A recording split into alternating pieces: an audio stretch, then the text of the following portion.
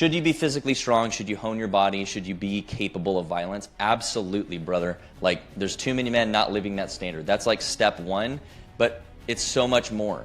Where are you at the school board meetings to tell the school board, hey, we're not happy about what you're teaching our kids?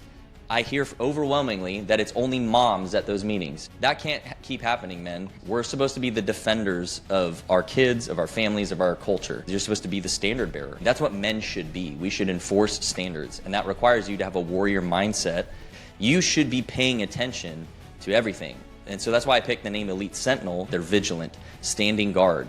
Men should be standing guard over the people they care about and looking ahead for danger. You should have that foresight to anticipate threats so that they never get to your family.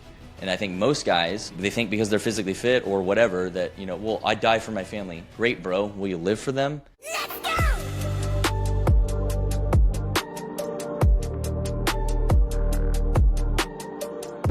What is happening, everybody? Welcome back. Thank you so much for joining us on the I Came With Fire podcast. I, of course, am TJ Castle, also known as Free Castle. Let good old Chris introduce himself up above me here.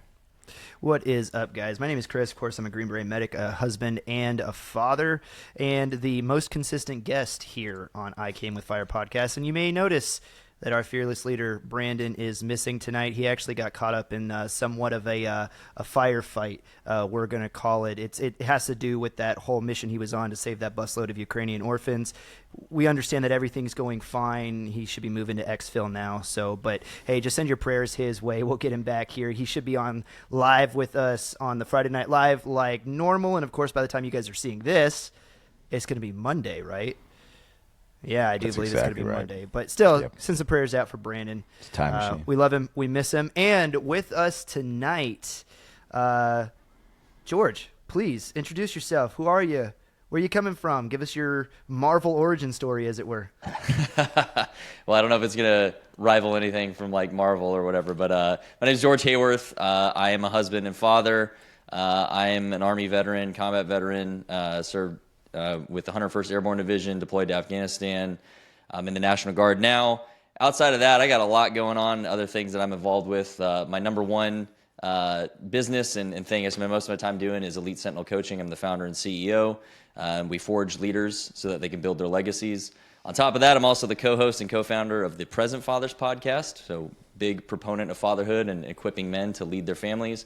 And then outside of that, I also work with Nick Lavery in his thing called The Forge as part of Team Machine. So got a lot of things going on, but I'm really excited to be with you guys tonight and looking forward to the conversation.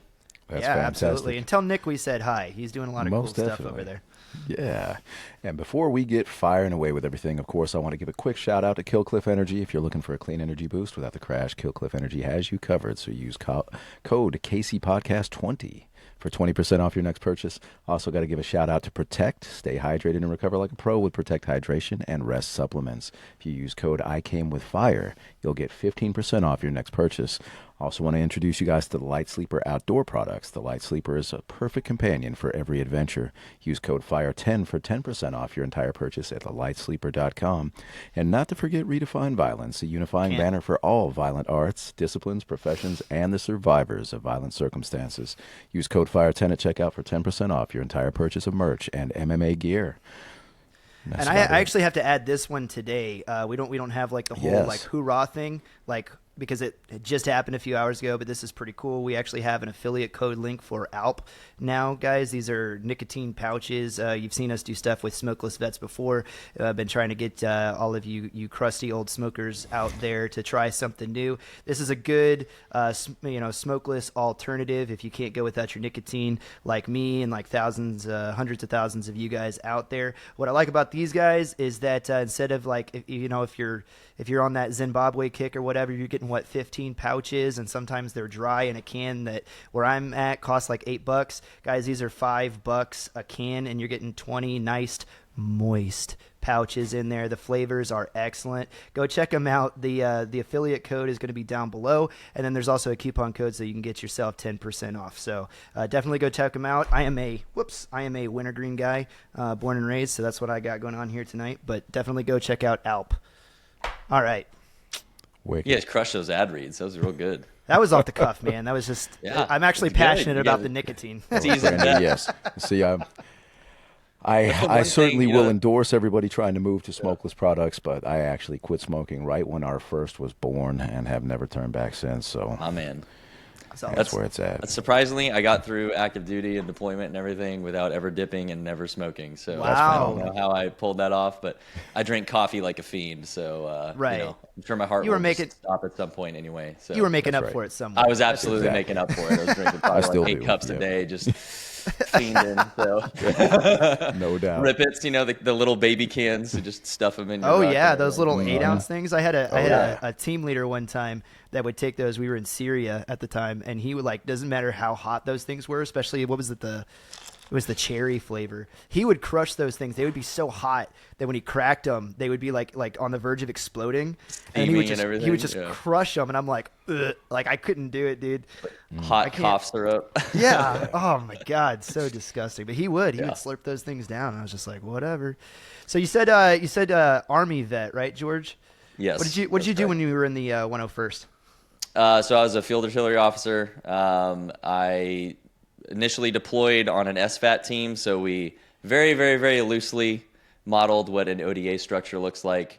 Our number one job was to advise Afghan police district headquarters, so we had 2 different districts we advised. Did that for 9 months, came back, took over a firing battery platoon as a platoon leader, and then I spent the rest of my time as the headquarters XO, which in the artillery world absolutely sucks. It's all the ass and trash, unlike the infantry where it's like snipers and mortars and all the badass stuff. It's kind of the opposite in the artillery. So that was a rough couple of years doing that job. But very long story short, just kind of decided wasn't going to make the family life work very well staying on active duty. So we pulled the trigger on getting out, had a break in service, and then rejoined the National Guard in 2019 and reclassed over to engineer officer. So I've done all the red branches now, all the things that go boom. Nice, nicely done. Did you ever get, and I'm never was an artillery boy, so I'm trying to remember the word correctly, but what is it, masted? Or whatever, where they tape the dudes where they tape you to the tube, tape the dudes to the gun barrel. No, I never did, man. I'm surprised because I thought for sure that was at least I was led to believe that as soon as you become a PL, that's day one, that's going to happen. That's what I thought. So I was just I was mentally ready for it, but well, you got to go down fighting. Happened. You can't make it easy for them though. That's right. right. We did a different. Yeah, well, we did a little different thing where when you were leaving a platoon as a PL, they would take a bunch of water cans, and if it wasn't muddy already, they would make some mud, and then pick you up and throw you in it. But it didn't make it easy for them. I was a wrestler in high school, so. I do feel bad about this a little bit because one of my Joes is a little too close to me, and I just threw him in the head and arm and took him down to the dirt with me. So yeah, good times, man. But anyone in any combat arms branch from the Army knows that the whole officer NCO separation, everything kind of disappears pretty quickly when you're out in the field with your guys doing your thing together. Right. And that's some of the best times of my life for sure. I had incredible people that I served with, and I was really blessed to have an amazing platoon sergeant and incredible NCOs under him too. So, I was really lucky. Incredible experience. Learned a lot of great stuff from them. So, lifelong lessons for sure. No, that is really good, and I can absolutely attest to that. There's when you're in garrison, you're in the training environment. A lot of the officers you want to be one of the boys. And since I became a staff sergeant, now a sergeant first class, I've had to have some of those conversations where it's look, sir, you can be one of the boys, but you're never going to be one of the boys. Yep. You know what I mean? Because there is definitely NCO shit that gets handled. And one of the ways that you take care of a good officer, especially if you have a good one, is look, if it doesn't need to be on his plate, don't put it on his plate. Stomp the floor, right? Because don't put him in a position where he feels like he might have to lie for you, right? That's just a good rule of thumb. Take care of your leaders, and they'll take care of you, right? But then, absolutely, what you're saying, as soon as you go down range, and it gets real, that line gets really blurry really quick. Yeah. As soon as you're relying on each other, and you have when you're both sleeping in the same dirt together, it's right. Not really that the whole separation stuff fades away pretty quickly. You all smell like shit, so. Right. No, 100%. I think the only one of the stories that stands out in my mind of dealing with artillery on one of my deployments, we had some I think they were 777s. that the big were one, that 155s. Yep, that we brought over onto our fob, and with the accompanying artillery platoon to work them. And so I went out and I was like, doing intake on them, doing the medic thing, because they didn't have an organic medic, right? So I'm like, hey, this is a sick call, just kind of giving them the in brief to the fob and doing all that stuff. And I remember one of the butter bars pulled me aside, and he was just like, hey, Doc, I got a question for you. And whenever I hear that, it's always like, and it's like low hushed voice, and we're like over here now. I'm like, what? And he goes, let's say, hypothetically speaking, that somebody accidentally consumed a bunch of gun lube. Would they be all right? I was just like, I was like, cut the shit, dude. I was like, who? And like everybody just went and just like looked at this one Joe, and he was sitting there just like, and I'm like, I'm not even gonna ask why, because I'm sure that you're gonna lie to me anyway. I was just like, look, man, did you get diarrhea? And he was like, yeah. And I'm like, did it stop? And he was like, yeah. And I'm like, you'll probably be okay. So I was like, I don't know what else to tell you. I figured you were going to say it was going to be like one of those Deuce Bigelow situations where he's going to be like, can you take a look at this? And he's going to keep on breaking out his unit at you. I don't know, man. It would, well, yeah, you've heard my stories about that too. But that one was like definitely one of the weirdest that I've ever experienced in the field. I was just like, kid drank gun lube? I'm not overly surprised. There's an old joke in the artillery, why are all the fire commands verbal? Because 13 Bravos can't read. So there's a lot of stuff like that. But no, in all seriousness, like I was really lucky. Even my soldiers, like I hardly had any bad soldiers. I had like one or two problem kids, but our platoon is freaking awesome. And it's really hard to find a work environment like that where you've got 30 dudes just busting ass to be as best as they can be. Even if they're not the most talented individual, just pushing themselves to their limits is just awesome to see. So. For certain. I had an incredible time, incredible experience. I know that's not everyone's journey. I worked my ass off too to be as good as I could be, but I'm not naive enough to think that it was all me, right? I was supported by an incredible cast of NCOs and soldiers, and together it was just amazing. So definitely probably some of the most fond memories I've had career-wise, right? Pretty hard to top that. So apes together strong. Yes, correct. Yeah. Oh yeah. Yeah, there's a lot of weightlifting that was going on. So then you got out of the military, and tell us a little bit about what you're doing now with Elite Sentinel. Take us through that whole thing. Yeah, so it's been a long journey before I decided to start Elite Sentinel. Worked in the corporate world as soon as I got out, doing tech industry sales for really large companies. And in reality, what I think a lot of what happened there, I'm glossing over quite a bit, but I kind of just went through the motions, right? It felt like I checked the boxes as a man, right? You got the girl, you got the kids, you got the house, you got the job, you left the military, you did your time. Now, now it's time to take care of you and all that kind of stuff. And there wasn't really any major purpose to my life. So, fast forward many years and through a lot of learning and hardship, both from marriage and everything else too. I did not really have a good understanding of what it meant to be a good man. I thought I did, right? And, in my background, I came from a divorced home, tons of like emotional manipulation. We walked on eggshells all the time, right? So just a lot of kind of like negative conditioning and a really twisted sense of like what healthy relationships and boundaries should look like. That obviously carried through adulthood. And the Army was great for me in a lot of ways, but it kind of just amplified certain things and then made other problems more amplified as well for me. So coming out of the military, now I lost this thing that made me feel manly. I kind of lost my identity.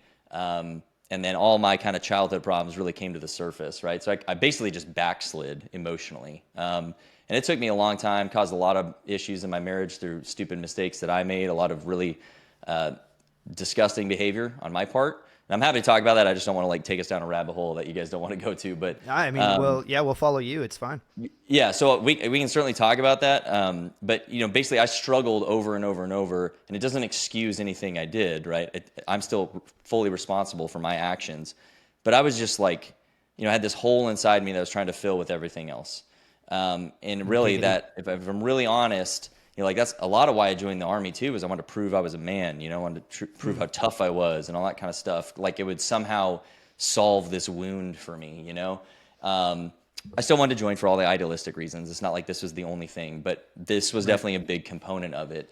And it was almost like this addictive, like I need that, right? And if I don't have it, then I'm worthless type of thing. So any person can fall into that trap with any profession or anything, athletes or whatever that can have this kind of thing too. But when that was all gone, I kind of started self-destructing because I didn't really have this good understanding of what an actual man should be. And so over many years and a lot of work and therapy and, meeting other people and all this kind of stuff, and growing myself as a husband, as a man, as a father, finally realized like, wow, there's so much more to life. There's so much more to being a man than what I ever thought initially. And life is a lot better when you live this way. And so I recognize that I'm probably not the only guy who struggled with that. In fact, I know I'm not. So it was actually a massive wake-up call for me in 2023. It's like I was getting ready for work, putting on my suit and tie, to go to this big old thing with all these defense contractors and stuff to sell them their tech and everything. And it's like I walked into a wall looking at myself in the mirror. And I heard the sentence form in my head that, George, this is not the path I have for you.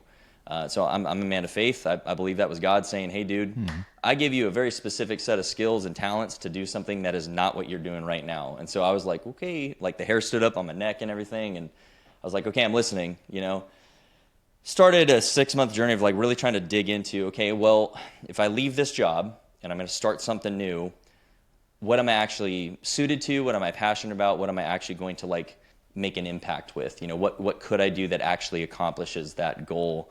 And so I didn't just land at coaching. That wasn't I'll just do that because it's easy. It was mission focused first, and then I backed into what does the business need to look like to fit that.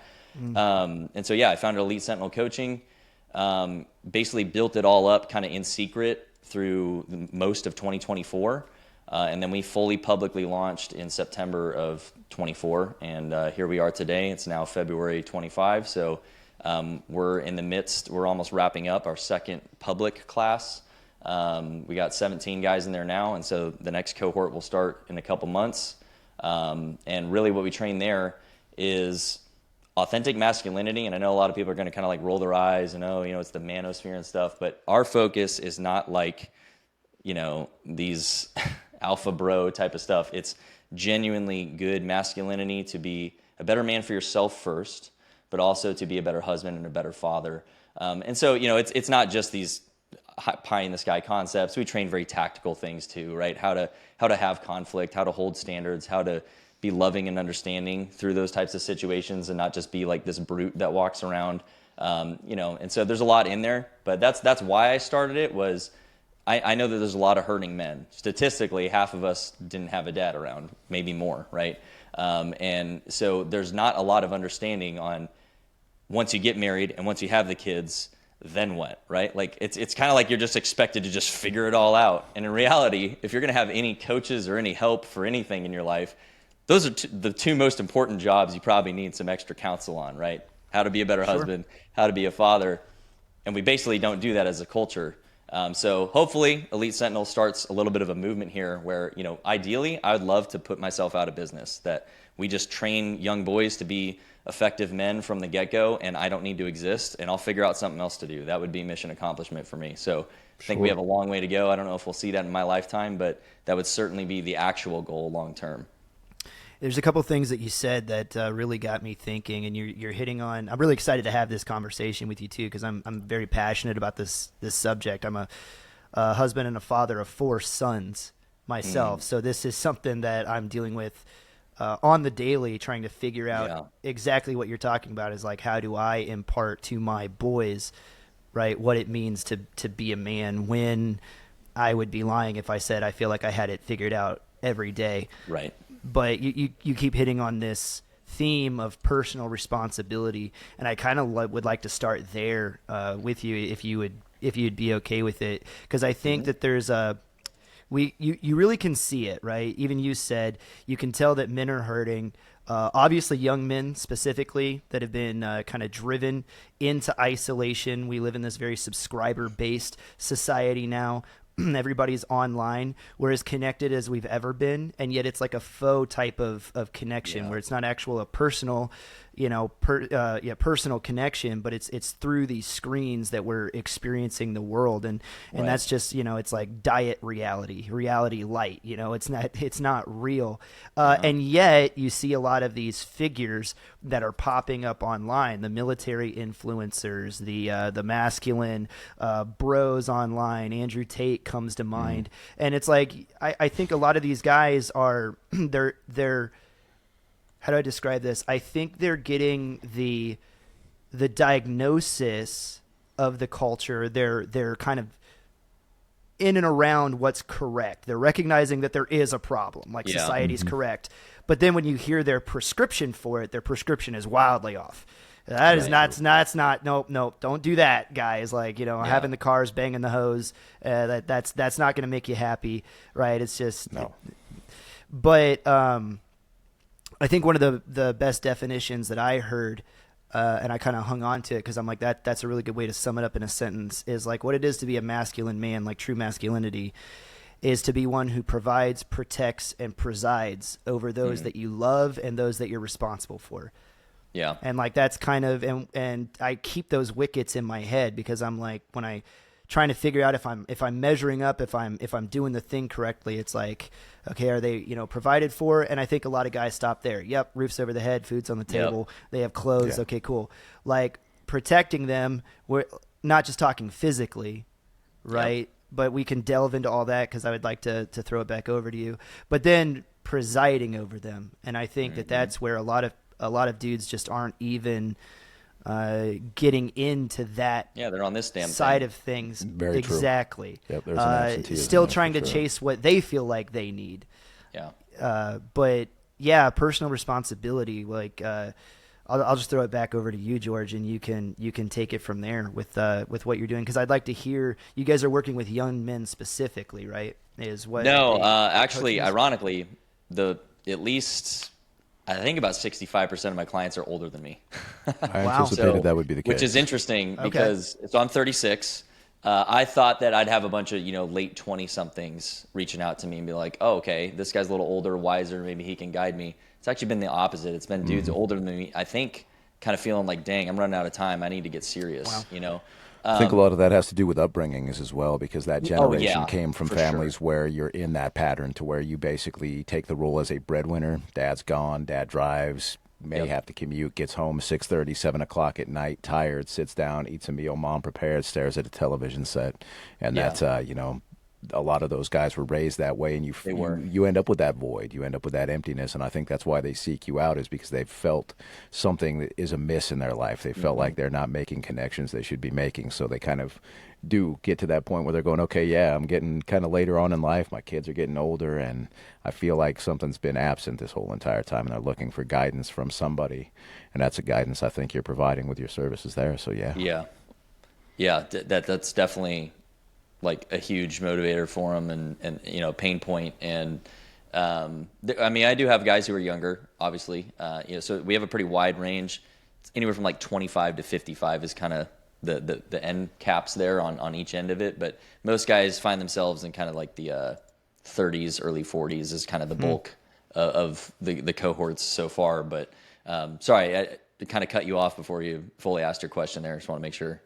No, I was going to throw it back over to you, because I'd like to hear a little bit about you said that you're doing it at like a tactical level. I'd like to hear about the nuts and bolts, like the philosophy behind it and everything. Yeah, absolutely, please. Yeah, so responsibility is number one. A lot of guys come into this because they're married and they're struggling in their marriage, or they just feel like they're not getting enough respect and all that kind of stuff. And oftentimes they want to be like, my wife this and my wife that and my kids this, and we kind of go poke and say, what if you're the problem?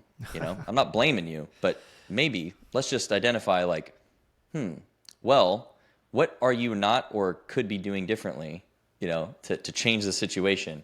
Well, but she this and she that, so she's in control of you?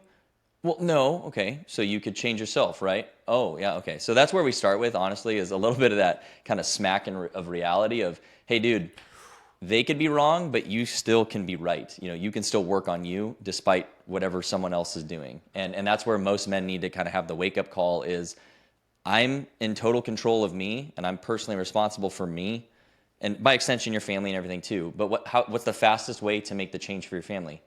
You. Invest in you, grow yourself, and then you have the strength and awareness to actually change the other outcomes. So at a high level, let's just define what I call authentic masculinity and go from there, because there's probably a lot to talk about in here.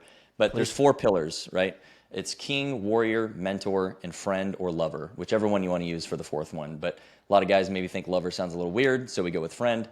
But the king pillar, you have to have all 4 of these balanced, okay? If they're uneven, you're going to be lacking in some way. You're going to show up as either too strong or too aggressive in certain situations, or you're just the nice guy pushover in other situations, right? So these pillars are kind of a balanced thing. And if you think of like a Greek structure, you know, it's got like the triangle roof on top and the pillars. Well, if you take a few of those out, the whole thing collapses. So same concept here. You can't just be like Mr. King and nothing else. You got to have all the pillars. So the king pillar essentially is just that men should lead. You're built for it, right? The physical mimics the spiritual. Why are men bigger bodied and stronger physically? Well, it harkens back to your design initially, right? You're designed to lead, take the burden of responsibility. And within leadership, there's the 3 legs of leadership, like a 3-legged stool. Again, if you take one leg out, the whole thing falls. But it's authority, responsibility, and compassion. So I actually think this is universal. Like even in the military, I think this applies.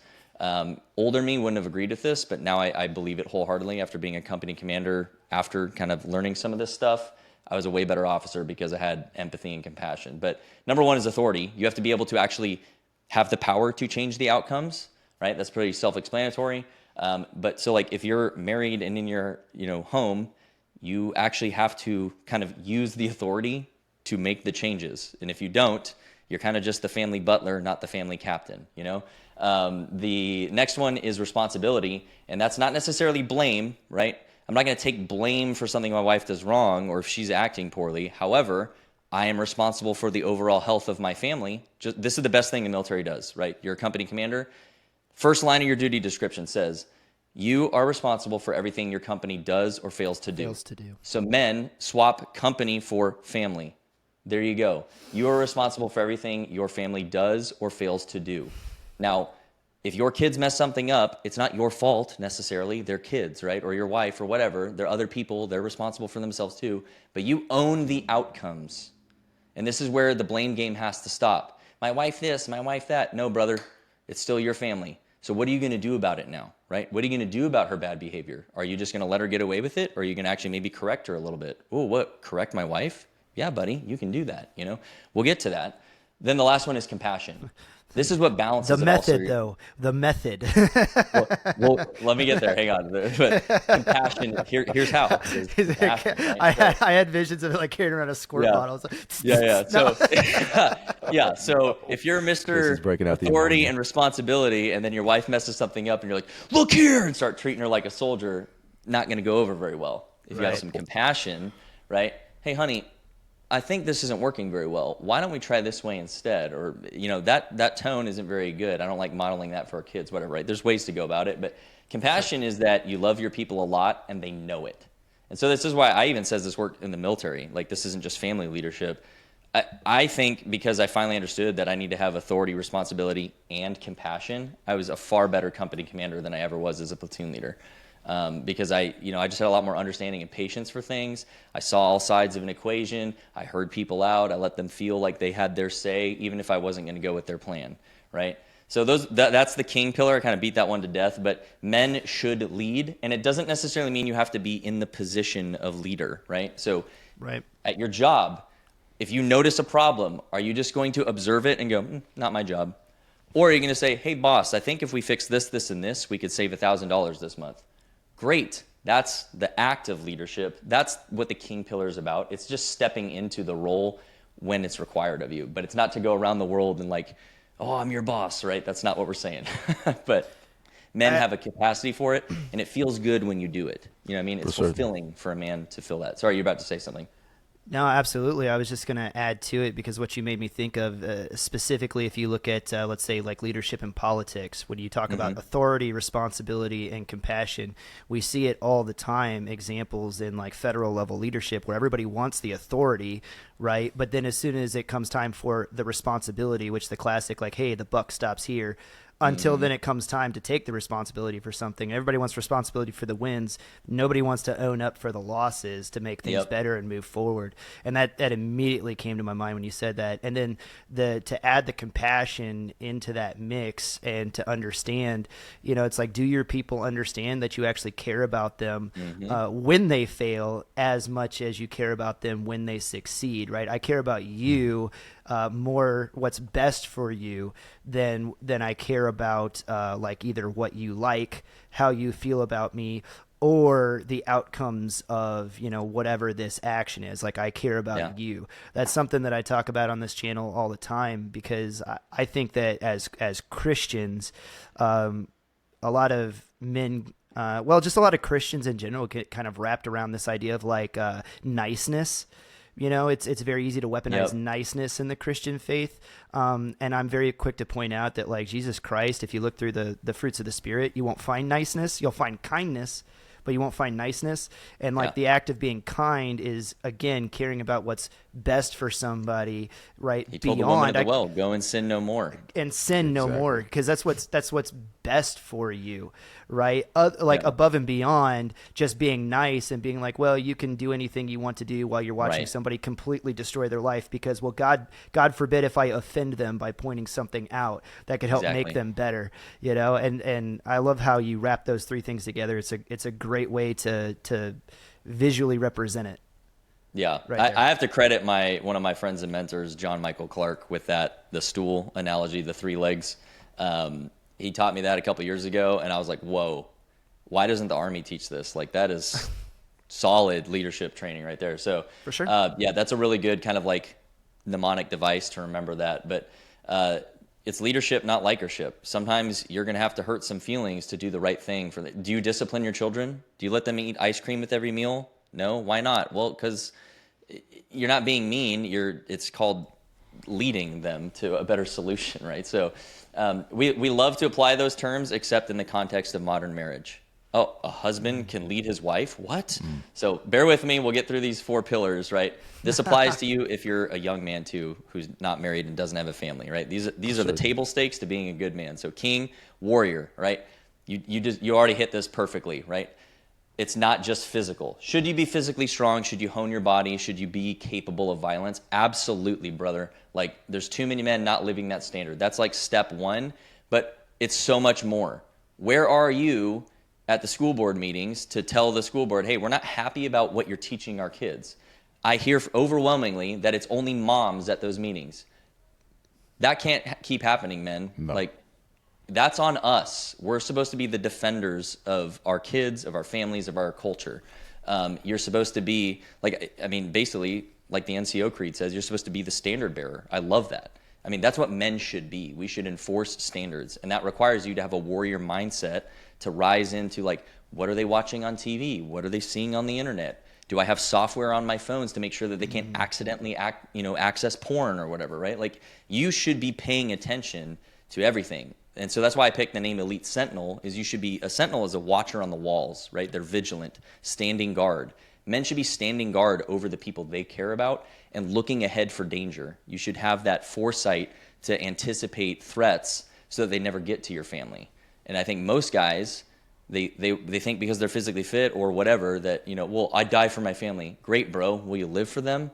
Like, that's what the real warrior spirit does. It's not just a one-time thing when duty calls. It's preparing for that moment constantly and hoping you never have to do it. So the warrior pillar is very closely tied to the king, because it's kind of like how you back up your leadership, right? Then the next 2 are kind of this other half that we typically don't really associate with manhood quite as much, because we love to lean into like those rah-rah, like strength, power, discipline, aggression, right? Those are obviously masculine traits. However, to become a great, true man, I think you need this other half, and that's the mentor and the friend pillar. The mentor one is pretty self-explanatory. It's just like, you have to learn things yourself. You have to grow yourself, build your own mastery before you can teach others, but you should teach others. There's something very fulfilling for men when they take their skills and they pass it on to someone else who's actually willing to receive. And then that person is enriched and fulfilled. And like, that's just a winning equation. So if you make that a habit and go out of your way to help others with what your natural gifts are or things that you've mastered yourself, that's out of love and compassion for that person too, right? And it's rewarding for you, it's rewarding for them. But I think a lot of guys have even been so afraid of being labeled of like mansplaining or something that they don't even dare, volunteer their time to help kids or whatever, right? And like, I don't have a son, but I have a nephew, and he started wrestling this year, so I'm working out with him now to like train him up for wrestling because he's, he needs to lose a little weight, he needs to strengthen up his core and everything, and I've just started working with him because it's the mentor pillar, right? Like, I know how to do this. I was a wrestler. I know how to train him, and I have the time. I absolutely should do it. It's more productive than me like watching football, So that's the mentor pillar. And then the last one, this is really the most important one that is probably the least understood for men, and it's the friend and lover. So when you use love, compassion, understanding, some of these more soft traits to influence the other three, you just become way better at all of them, right? You want to be a better leader? You have love and understanding and patience and emotional regulation. You want to be a better warrior? Same thing. You want to be a better mentor? Same thing. So you need this one just as equal as the others, but it kind of acts as a catalyst to everything else. Because when your love for others is the motivator for why you're doing a thing, it's already inherently not selfish. And then you know that your desires and aims are going to be more pure, right? So you brought up Andrew Tate earlier. Perfect example of false manhood, right? He has a lot of things. He looks the part. He says a lot of cool stuff too about like grind, hustle, work hard, have discipline, have standards. Yeah, sure, all that. Yep. Except, why is he doing the things he's doing? Is it out of love for others or concern for others or to make an impact in the lives of others? Or is it to glorify himself and enrich himself? I say it's self-enrichment, that's like what teenage boys do. That's what old George used to do. That's what the bad version of me used to do, was I'm going to get mine, right? And that's not masculinity. Real masculinity doesn't need to prove anything to anyone. He just is, and then he rises on either one of these pillars as the moment calls for it. So a little bit long-winded there, but like that, I think, is the core tenets that most men don't understand today. And typically they fall one way or the other, right? They're either the king and warrior, and they're just bashing skulls everywhere they go, and they're really abrasive, and then they'll say things like, "You just don't understand, man. I'm just like real alpha, right? Like I'm just real passionate," and they're all over the place emotionally too. And then the other half is like the nice guy, right? Well, I don't want to hurt anybody's feelings, and it's okay, and whatever. Both guys feel just as terrible in just different ways, right? This guy has no emotional connection. He's cut off, and he can't understand why he's just angry all the time. And then the other guy, who's the nice guy pushover, can't understand why he's depressed, anxious, nervous, can't make any decisions. And so they're just as problematic. And in reality, you kind of need to mesh the two in the middle. Bingo. Sorry, that was a lot. No, that's perfect, brother. That's exactly why we are here, is to kind of get that perspective. And I think that's something that we all probably hold a fairly unified front on, but you're exactly right. The vast majority of men out there are imbalanced one direction or the other, and that can be environmental, it can be generational. Of course, like I stated before, there are a lot of generations that were kind of brought up in what I consider to be kind of a sterile programmed mindset, to where you fit into that role where basically the breadwinner is the coat that you wear, and it doesn't go any further than that. Mom is the one who takes care of all the more domestic things, takes care of more of the kind of compassionate and sensitive subjects. It's the one who's more caring and more loving towards the children. Dad's kind of the sterile stoic, wait till your father gets home, you become the disciplinarian and the breadwinner and nothing else. And that's it's something that should be broken, because that's a facet I think our society got into through becoming more industrial, and men kind of taking on that role as, the 9 to 5, so to speak, became a part of our normal lives. It isn't something that we used to do kind of tribally, or the way that we originally formed as people. We used to have a much greater role than that, and we sort of became compartmentalized, and that developed this mindset that a lot of people have fallen into. So it's a fantastic subject to get into and start to cover. And certainly, areas where I've, again, had some very unique experiences in that. Always been a very aggressive guy, been a fighter my whole entire life, and had to learn a lot of new things. When all of this adventure started off, for me at least, I thought that, changing diapers, kind of getting into all of the main stuff with babies and everything was the gross part. Wasn't going to get into it and everything. And when my wife started having a bunch of different medical problems and everything, I had to take all of it over. So with all 3 of our kids, I changed like every diaper. Like if you take it statistically, probably about 50,000 of them roughly is what would be estimated for 3 children.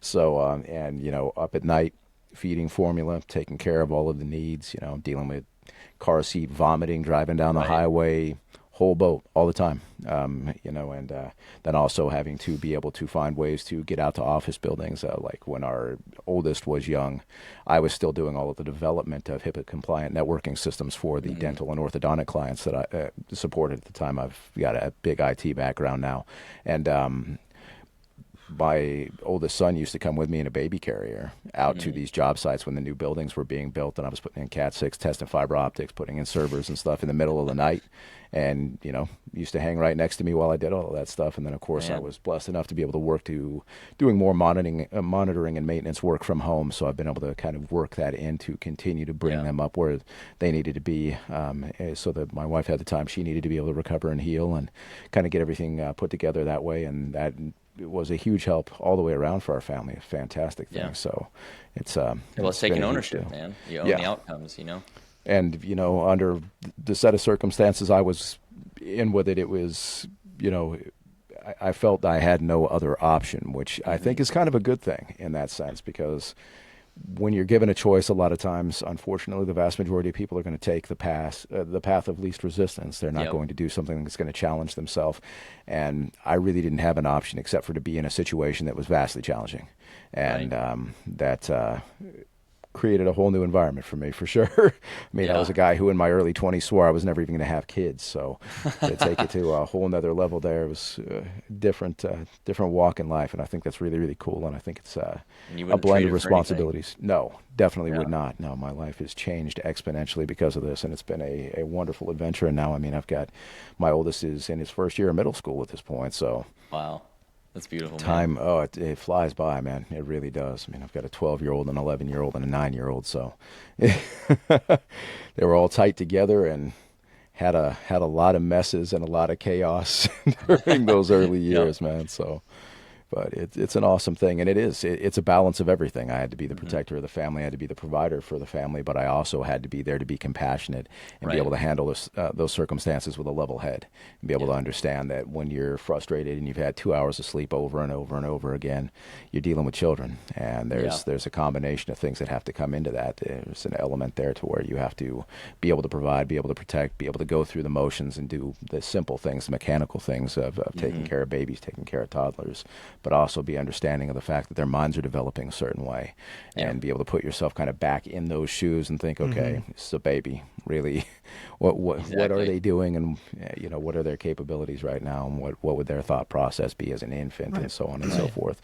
And it helps you build compassion, helps make you a more level-headed and better person through that. And I realized that brought down that really heavy aggression and anger level that I've had, because as Chris and Brandon, of course, know really well from our conversations, I was the kind of guy who used to bend up, a lot of aggression inside, and from having fought in the ring a lot and also fighting voluntarily places a lot, I used to go and seek out conflict. So it went from where I felt like I was protecting people by getting violent and unstable people out of environments, people who were on narcotics or people who were under the influence of alcohol. I used to clear a lot of those folks out, and then I started seeking them out instead, because I had that chip on my shoulder and I was wanting an excuse to try to get out some aggression. So then you're looking for the guy that you can say, well, he seems like he's kind of going over the edge a little bit, so that you can make excuses for it. And I lived in that mind space for a handful of years, and it's a really dark place to be.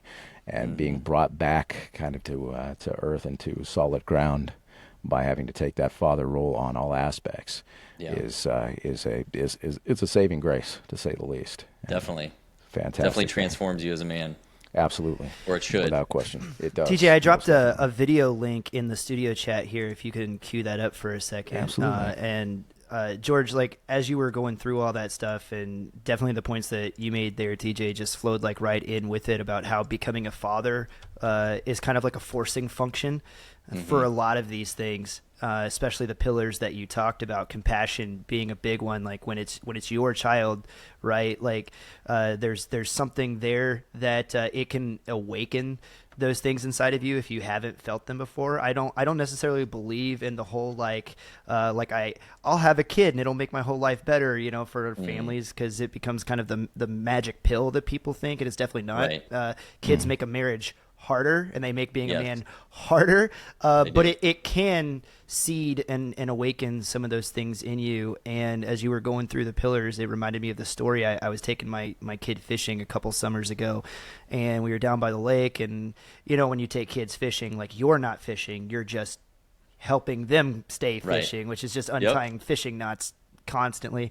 And so that's what I was doing, and one of the other kids from the neighborhood saw us, and so then he ran home and he brings back this like deep sea fishing pole and was trying to fish in the little lake with this big, massive deep sea fishing pole, and then was coming over and, can I, and every time I was trying to work with Carson, which is my oldest son, then he wanted to get over and he's watching me show him how to tie a Palomar and a fisherman's knot and so on and so forth. And eventually I got so frustrated watching this other kid try to use this deep sea fishing pole with like 60-pound test on it that I was like, hey man, I got 4 fishing poles, you can use one of these, that's fine. And then boom, he was like right there with us for the rest of the day. And then he started taking as much of my time and energy as Carson was. And I was trying to fish with my kid. And I remember in a moment of like frustration, I was just like, hey, like, where's your dad, man? It's like, and he just looked at me and he goes, oh, all my dad ever does when he's at home is sit on the couch and drink beer. He would never do something like this with me. And it crushed me inside, because I was like, dude, I have definitely spent way too many of my weekends just sitting on the couch drinking beer because I'm in between training events, or I, just got home from deployment and I'm tired, or it was a frustrating day at work, or whatever I have to tell myself. And I might be doing well this day, but like there was definitely a lot of times that my kid was the kid that was probably saying that to somebody else. And it was like a huge eye-opening experience for me. And then kind of pivots to when you were talking about being, the warrior or the sentinel. It made me think about the scripture, right, where Jesus says, hey, it's the meek that will inherit the earth. And I love that word meek, because a lot of people hear meek and they think weak. And that's not what that word means at all. Like when you hear meek, like it means like a sheathed sword. Yep. Like you are a warrior, you are trained, and you are capable of great violence, but you know when to keep that sword sheathed, because this isn't the time to break over into violence. And so it speaks to violence under great discipline. Is more what that word meek means. Yeah, I mean, and that's what leadership is, right? It's not bossing people around. It's not spotlight ranger syndrome or whatever. It's influence, right? And so good, strong men, maybe they don't have a lot of fame or money or power. They can still be a very good, strong man. Make no mistake. You can make a huge impact on the world that has nothing to do with your status in terms of money or power or whatever, right? That is massive impact. That may have generational impact from what those dads did just by showing up and standing around at a school and talking to the kids, right? I mean, I don't know if we'll be able to calculate the impact that actually makes, but that is the real deal, And I think most of us modern men have been just beaten into submission that, oh, well, it's not my kid. It's not my place. Shut up and color. Be a good little boy. Stay in between the lines. Don't you dare step out of line. Don't you ever disagree with someone. And it's insane, because even if you do disagree with me politically, religiously, whatever, stand for what you believe in. That's right. Just stand up for it, right? And that's fine. And we can agree to disagree. Maybe I'll learn something from you. You'll learn something from me. Great. Okay. But most men are just checked out. They're not, they're nowhere to be found. Right. Or they think they are because they go to work and they put food on the table. Bro, there's so much more that we're supposed to do. And it feels good. Like, you want to start feeling better, live for other people. Seriously. Absolutely. It's amazing how much your perspective will shift. Like you fishing with your son, and then that other boy came up, bro. Right. That must have woke you up so hard. Like, that perspective is powerful. Gut. It was a punch in the gut. Like, I can attest. Sometimes that's good. We need that, especially as men. Sometimes we need that firmer touch, And I had the same kind of gut punch too. A little over a year from now, I was interviewing Nick Lavery for my podcast.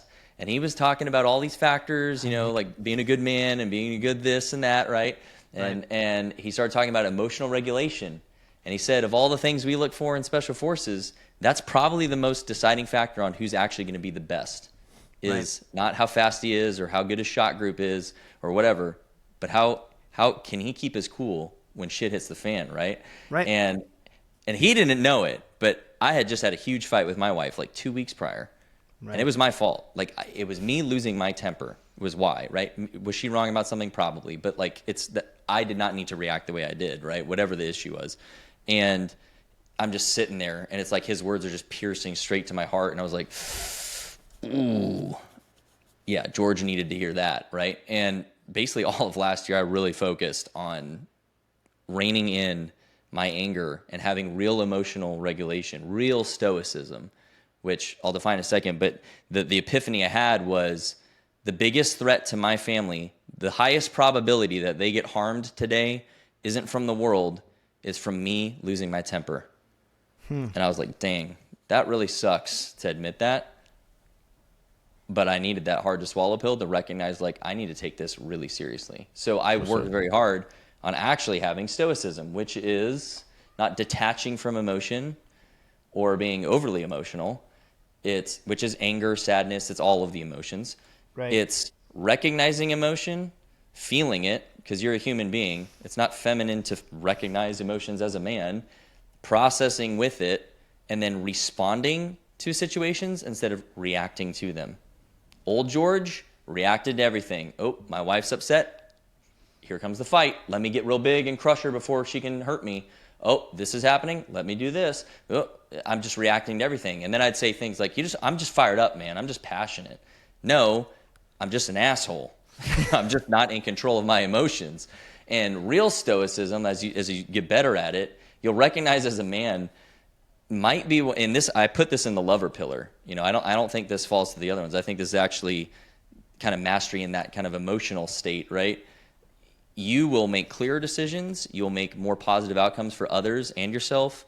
And you can become a much better change agent, impact agent for people's lives by using stoicism for real. But I think most guys think they're being stoic, but they're really just stifling everything. And they're not reacting now, but then they go 3 months and then they just blow up like a volcano. Right. And that's what I was doing, right? Sometimes too. And real stoicism requires you to kind of sit with it, even if it hurts, and like use grace and compassion and understanding in your response, And that's extremely hard to do, especially if you have, childhood stuff that kind of conditioned you to be a certain way. So I'm not saying it's, snap your fingers and you'll be able to do it, but it's absolutely worth investing in that skill because, now that I've kind of had this epiphany, I look at all the guys that I want to be like all the guys I look up to, every single one of them has this down. Like probably their best trait is emotional regulation. And then it's all the other things they do. Because no matter what it is, business, the military, your family, if you're out of control, you make others feel unsafe. And then tie this back to marriage where it's most important. Your wife craves emotional safety, basically number one. She wants to be safe in everything, financial, physical, spiritual, but emotions is really high up on the list. And so if you're losing control all the time, she doesn't feel safe. She doesn't feel safe with you. And then you wonder why your sex life is struggling or why she doesn't want to respect you or listen to you. Well, brother, you're freaking her out all the time. She's living in fear. You can certainly change that situation for her through your own actions. And I had to recognize that for me. And like our marriage has transformed so heavily in the last year just from this one area of focus. It's incredible. Because it allows my wife to be fully feminine now. She's protected by my strong, calm, masculine presence.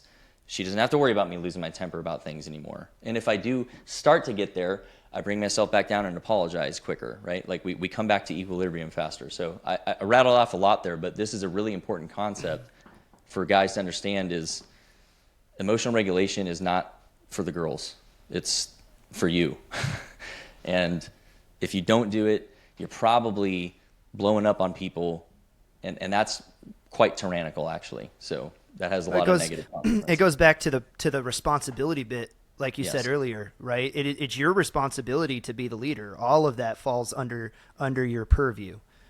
Right. And you made so many good points there. My mind is absolutely spinning. It's almost as if kind of the arc or the evolution, right, that and how society has expected men to be, coming from my father and my grandfather's generation. It was the push those emotions down. Men are expected to be emotionally blunted.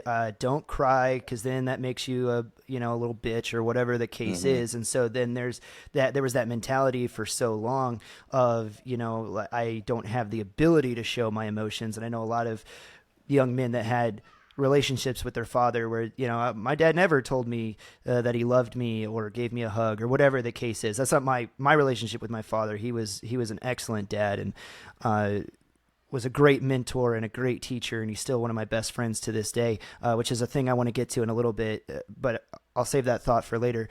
To now, society has swung the pendulum almost the other way entirely, to where it's like, oh, feel the feeling. Everything that you feel is valid, and we have to accept every single bit of it at face value. And if you feel that way, then everybody look at how little Joey is feeling and immediately, validate that thing, right? And it's like both of those are widely outside of what is emotionally and mentally healthy. And I like the way that you described it, of feel the feeling.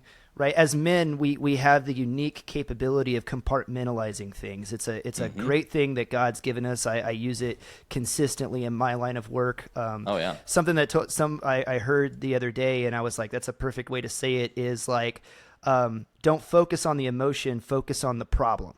And that's a great thing that men can do. Right. And patient is on the floor. You immediately go into triage and treatment. And the way that I feel about the situation is largely irrelevant right now. And that's healthy in the moment.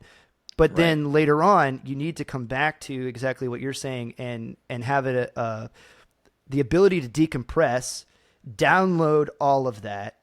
Right, which sleep plays a big role into this, we know now, right? And dealing with stress and going through all this stuff. But you need to be able to download it, actually work through, open those boxes is kind of the way that I like to describe it, because we kind of have our boxes in our brain where stuff fits into, and my wife, she still marvels, like, what are you thinking about? And I'll look at her and be like, nothing. Absolutely it's my nothing nothing. box. It was great. She's like, I freaking hate that you can do that. Every man like, has it, and every woman doesn't understand it. It's hilarious. It's a white room with lights and a little chair, and I can go in there and I can just sit there, and and it's calm, Peace. But then like you can open those boxes one by one, and like you said, analyze it, decompress the feeling, work your way through it.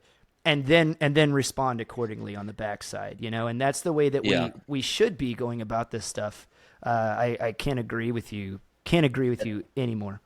Yeah, and it's got to be coupled with emotional intelligence too, right? And the more that you are stoic, true stoicism, true emotional regulation, you can then see and feel and understand other people's charged emotions without letting it affect you, right? Without it throwing you off mission. So a great example here, especially in the marriage context, is, okay, well, you're supposed to be a man on a mission leading your family, okay?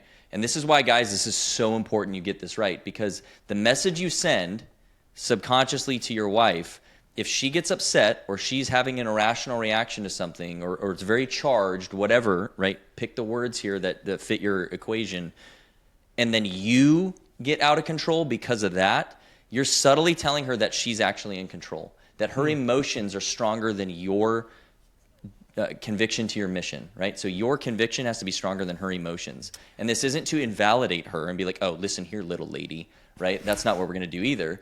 But you can feel it and be like, no, okay, maybe this has nothing to do with me, actually, which was most of the case for me, usually, was due to my childhood and walking on eggshells and being hyper perceptive and hyper aware and hyper vigilant. My wife would be feeling something and it has nothing to do with me, but I would immediately go into fight or flight mode and have a fight about it, because it must be she's going to attack me, right? And in reality, it was more like, no, she's just struggling with some intense emotions right now. Right. And if I stay calm and be like, hey, honey, can you help me understand? Like, you seem really charged, like that didn't seem like it was that big of an issue. Can you help me understand what you're feeling right now? Are you stressed or anxious? Yeah, I'm like really anxious right now. Oh, okay. Well, tell me what's going on, right? Now I get to lead her through her emotions, which again, feminists, chill out. I'm not you're gonna piss so many people off, right? and I am here for it. Yeah. I love it. I love every It's second actually of it. me being the husband my wife needs in that moment of Right. helping her identify what's going on and lowering the intensity of it so that she can actually get to the real thing she wanted to get to. And it's just like peeling an onion. And it's not because she's this weak, incapable human and she has to have a man or whatever. It's like, no. We're complementary. Right. There's many times, too, where she talks me down off the ledge with her feminine nature. Hey, honey, I think you're being a little harsh here. Oh, yeah, you're right. That's really good insight. Thanks, honey. Right? So this goes both ways. It's not like men are better or whatever. Right? This is what a marriage should look like. But afterwards, what I've also found with this is when you get really good at this, you can actually like preempt a lot of the outbursts from other people because you can kind of pick up on the warning signs better with emotional intelligence, and then you can kind of woo-saw them down before it's a big problem for them. And so again, influence, that's real leadership. And men are supposed to cover ground, right? We're supposed to cover distance, build things, initiate, right? You initiate sexually with your wife. Are you doing it emotionally? Are you checking in with her and being like, hey, honey, you seem a little tense right now. What's going on? Not to be like condescending, but just to actually check in and actually see like, hey, how are you feeling right now? That matters to her. That's one of her biggest needs. If you're just like waiting until she's blowing up at you, you missed probably 300 signs before that, and it's pissing her off now, and she's feeling exasperated and stressed and tired because she's been carrying all this energy in there and nowhere to put it, right? So I'm glossing over quite a bit here, but this principle is so important for men to understand that you staying stoic and controlling yourself emotionally, and then also covering ground and piercing emotionally through those layers for your wife actually restores real deep, intimate connection. And so when you start to do this successfully, your attraction for each other skyrockets, right? Your sex life will dramatically improve because your soul level connection is that much deeper. And it's pretty amazing to watch happen, like especially if you've been in a state like we were, where it was kind of pretty cold and we had a lot of problems in our marriage. And now to be on like the other end of it is like, holy cow, wow. Like that's really awesome. And you may be listening to this and thinking like, oh, that's impossible. My wife would never let that happen. It starts with you. It starts with your presence. So you're not going to go fix your wife. You have to own you again, ownership, grow in these things. And like this took George a long time to be able to really master with my wife, because I had a lot of things to fix in me. Now, my wife certainly had her own problems and faults that she's had to grow in as well. But as I raised my capability, well, those things didn't bother me to the same level, and I was actually able to help her with them instead of punishing her for them. Instead of treating her like, well, that's your problem, you better figure it out. It was more like, well, how can I help you with this so we can figure it out together? And that's really the point of successful marriage, and that's how you model that stuff for your kids too. You were talking about raising your sons, That's how you model these important skills for your children, and you let them into it age appropriate wise on why you're doing things the way you're doing, and you have those side conversations about, look, this is why I treat my wife, your mother, this way, is so that she feels safe. And that's really the legacy building work that I think a lot of guys are missing on, because they think it's business and acquiring more stuff. And at the end of the day, it's this relational kind of emotional realm that really makes the big impacts over generations. Everything else is a bonus once you've got that down.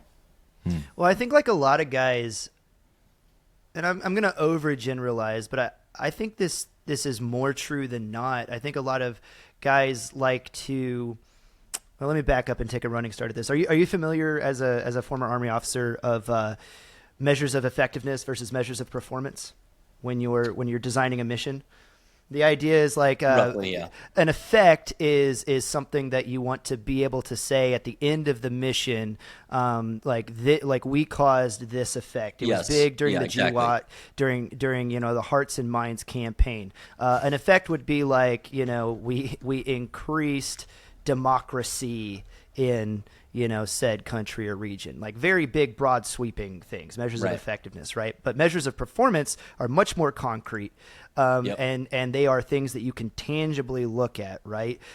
We held more elections this year by this number. Right. It increased. Like there were this many less murders. There were this many less. Perfect. Yeah. Right. Yep. Yeah. An effect would be like crime decreased, but the measure of performance would be like you can look at the individual numbers. Right. Exactly. Increase the police force by exactly this many officers and patrols by this many hours, or whatever the case may be. And I think a lot of guys revert to the provider role. Because if, again, the house is paid for, mortgage is in, food's on the table, kids have clothes, so on and so forth. There's lots of presents under the Christmas tree.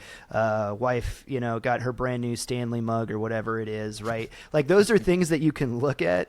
And I'm being funny, but for a reason, because it for the male psychology, that gives you kind of that measure of performance, right? That you can point at that and tangibly put your hand on it and be like, I did that, check the box. But really all you're doing by reverting to that is you're just making yourself feel better. It's you're assuaging your own ego. Yeah. And looking at yourself in the mirror and giving yourself the out to be like, no, I fulfilled my obligations, right? When maybe that's not at all what the people in your life that you love are asking you for, if that makes sense, And definitely to your point about dealing with your spouse, when they start to get angry, I found that for me, I was a classic like. Either one, I wasn't listening when I should have been, which is, as stupid as it sounds, like listen to her when she talks. It goes a long way. Well, listen and to hear understand what she is saying, and there's a lot to be said for that. And so what I found is I either wasn't listening like I should have been for content, or I was jumping in to be like, there's a thing I can affect right now, and I would cut her off because I was listening for the response. You'd solve it. Help it, solved, done, right? All right, put the tool belt away and move on to the next item. Yep. And what I found that really helped me with that, and it made a big difference in our relationship, is sometimes when I would see her, or I still try to do this, I'm actively trying to implement this, is like when I see her start to get frustrated and I can see the signs and everything's going, like she'll start to, and my wife on her end she's very atypical as far as like the female psychology, where she has a tendency to become introverted with things, and so she'll just get more quiet and more withdrawn when things are rough for her. And so when I started noticing that and then putting two and two together, I'm like, I need to start pursuing this, right? Yes. And then once you kind of tap the keg, then she'll do the classic like, whoa, like everything just comes up and out. But then that's when I would be like, okay, like listen to what she's saying, don't interrupt, don't try to jump in and solve it. And what I found when we started having more productive conversations is when I would just intently like look at her, make sure that she had my full and undivided attention, even take a seat if I need to so that I could just focus on her, let her get everything up and out, and then I'll even let it finish, let it simmer, let it cook even a while after she's done talking, to then and usually then she'll be like, do you have a response, right? And now I know, okay, all right, that's the end of your thought, whatever it is. And then what I started doing is I'll look at her and be like, okay, what are you asking of me? Like genuinely, what do you want me to do? Are you asking me to solve this problem for you? Is there a thing that I can do about it? Are you asking me to just listen? You just need a sounding board about this. Like what are you actually asking of me? I don't want to assume, right? And that has made a big difference in our level of communication, because again, it just goes back to listen to what she is saying and understand. But yeah, that's a really concrete thing that I've been able to, because I know a lot of guys out there, it's like, okay, like I hear the philosophical bullshit, like what can I do? And so my next question for you, I'd like to dive down into, we were talking about fathers earlier, and we just got done talking about husbands and spouse relationship. Going back to the fathers thing, can we talk about discipline of children? Most definitely. And before we jump into that here real quick, Chris, George had actually shot a little screen over to me here. I wanted to put up under this fathers in the household set of statistics here that I think are pretty important for people to see, and we'll kind of discuss that as well. Yeah. Yeah, so I tweeted this out a couple days ago. I pulled these statistics from a couple different sources, but they're all like, it was it's not like mom and pop's little magazine. They're all like the Center for Studies on Parenting or whatever, right? They're all pretty credible places, but yeah, kids that 25% of U.S. kids don't have a dad at home, so a quarter of the kids don't have a dad at all. And then I think there's a significantly higher portion of kids that like see their dad some of the time, right? So it's probably upwards of half the children in the U.S. have maybe some time with their dad. Those kids are 5 times more likely to live in poverty, 2 times more likely to commit suicide, 20 times more likely to be incarcerated, 10 times more likely to abuse substances, 9 times more likely to drop out of high school, and 2 times more likely to have mental health issues. So I said masculinity isn't toxic. The absence of it is. But yeah, I mean, this is why men taking ownership and stepping up. Maybe you're not a dad. Can you be a father figure? Statistically, there's probably a kid right next door that doesn't have a dad that you could at least play some type of positive role model in his life. And that you saw it in that clip about the dads going to the school. They weren't everybody's dad, but they made a huge change with their presence, didn't they? So, that's something where it's like, I'm not trying for guys to go white knight everything, but like you have a gift just for being you as a man. And if you are willing to share that with others, you can make humongous change in people's lives that you may not ever see the results for, but it's absolutely worth it, right?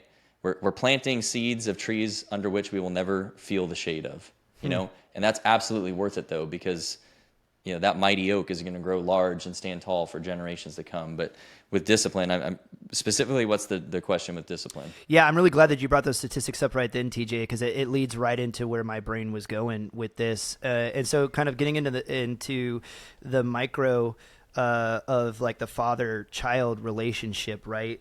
Discipline is like a hotkey issue. Any parental book that you read is going to have its, whether it's what's the new thing now? Free range parenting is what they call it now, because everything has to have a label.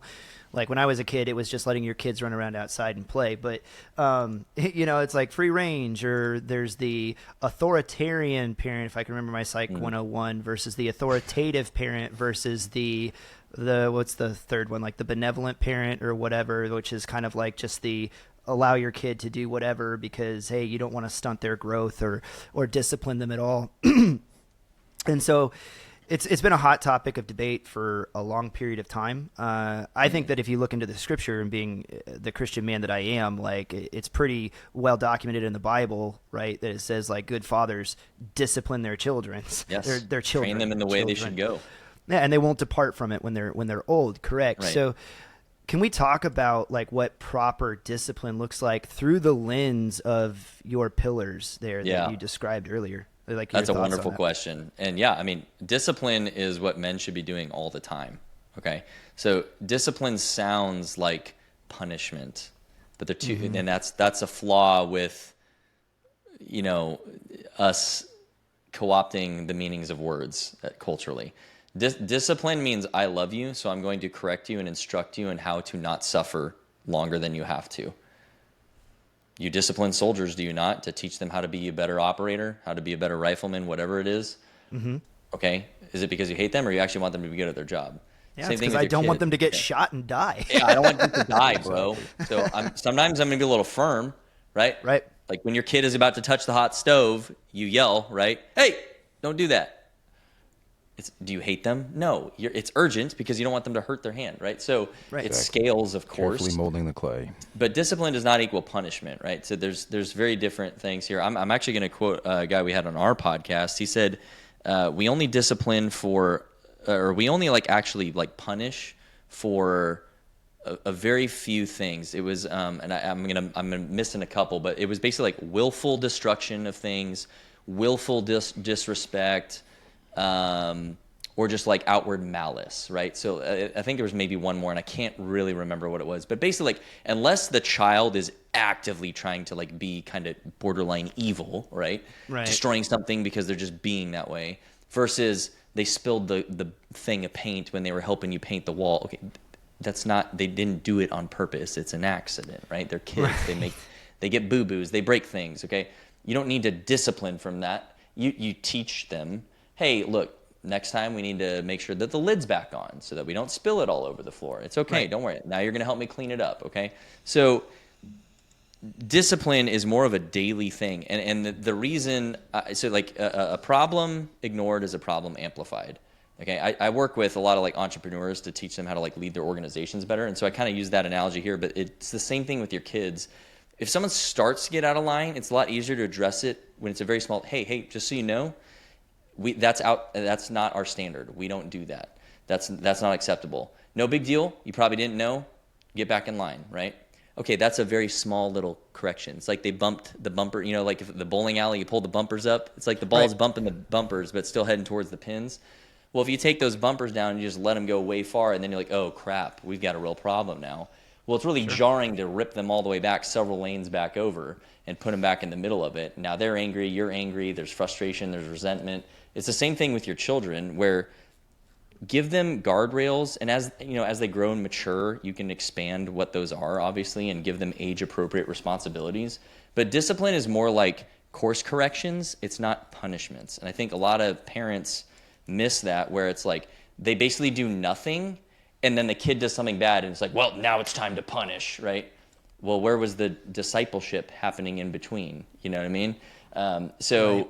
It's more of a consistent thing. And again, this requires a lot of you as a dad, as a man, to be vigilant, to be paying attention, to see, to ask questions, and to use humility.